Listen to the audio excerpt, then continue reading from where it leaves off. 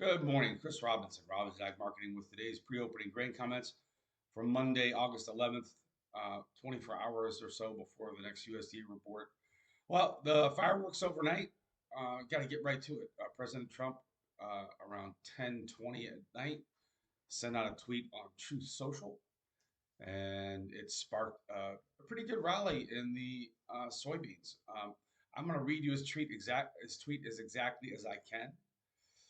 Quote, China is worried about its shortage of soybeans.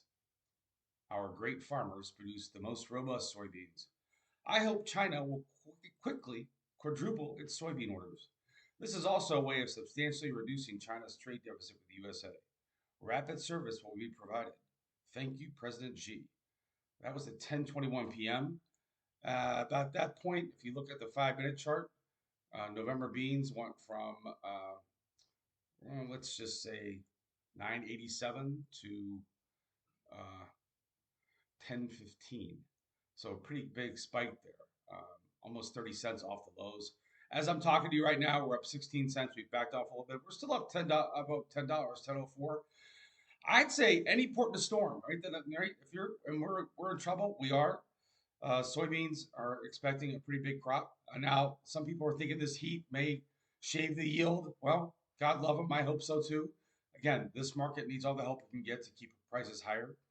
But so far, it's been I think it's the ninth best growing season for uh, soybeans and the fifth best growing season for corn. I might have that backwards, but I checked my notes. But anyhow, it's been a pretty idyllic growing season.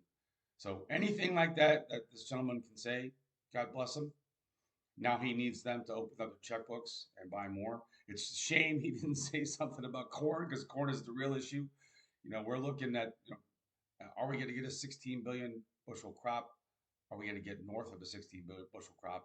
We're going to find that out in 24 hours. So I look at it this way. This is exactly why we hedge. This is exactly why um, we try to not make emotional decisions when we're mad when the market's on its lows because you get stuff like this and you can pick up a quick 30 cents.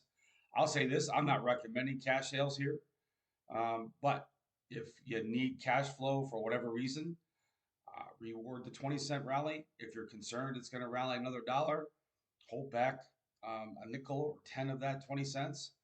But I'd rather see you sell into a rally if you need the cash flow. If you don't, I would sit tight. I would hedge the downside and wait and see what happens tomorrow in the USDA. So actually pulled up corn a little bit. These corn is up a penny and a half at 407. December wheat is up about a half cent, 535 and a half in Chicago. If you read my weekly wrap up, I pointed out the fact that we're basically near 5-year lows in a lot of these grains, and we're at a decision point. So hopefully we're bottoming out. There's a lot of opportunity coming at us with that USDA report tomorrow. It's not all risk. I'm not a glass half empty person. I'm not negative all the time.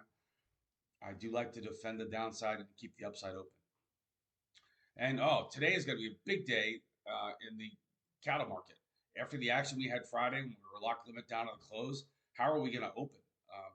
That's going to be pretty interesting. So we'll be back here in the afternoon with an update. This is Chris Robinson. If you need help, give me a call, 312-638-8868. If you've never used options before, it's okay.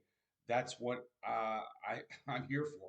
You don't have to know how to build a house. You don't have to, if you were trying to build a house, you don't have to have a plumber's license, an electrician's license, a drywall guy. I mean, you don't have to do it all. So if you're looking for help with marketing, especially with making cash cow Rex. A huge part of what I do is making cash cow Rex.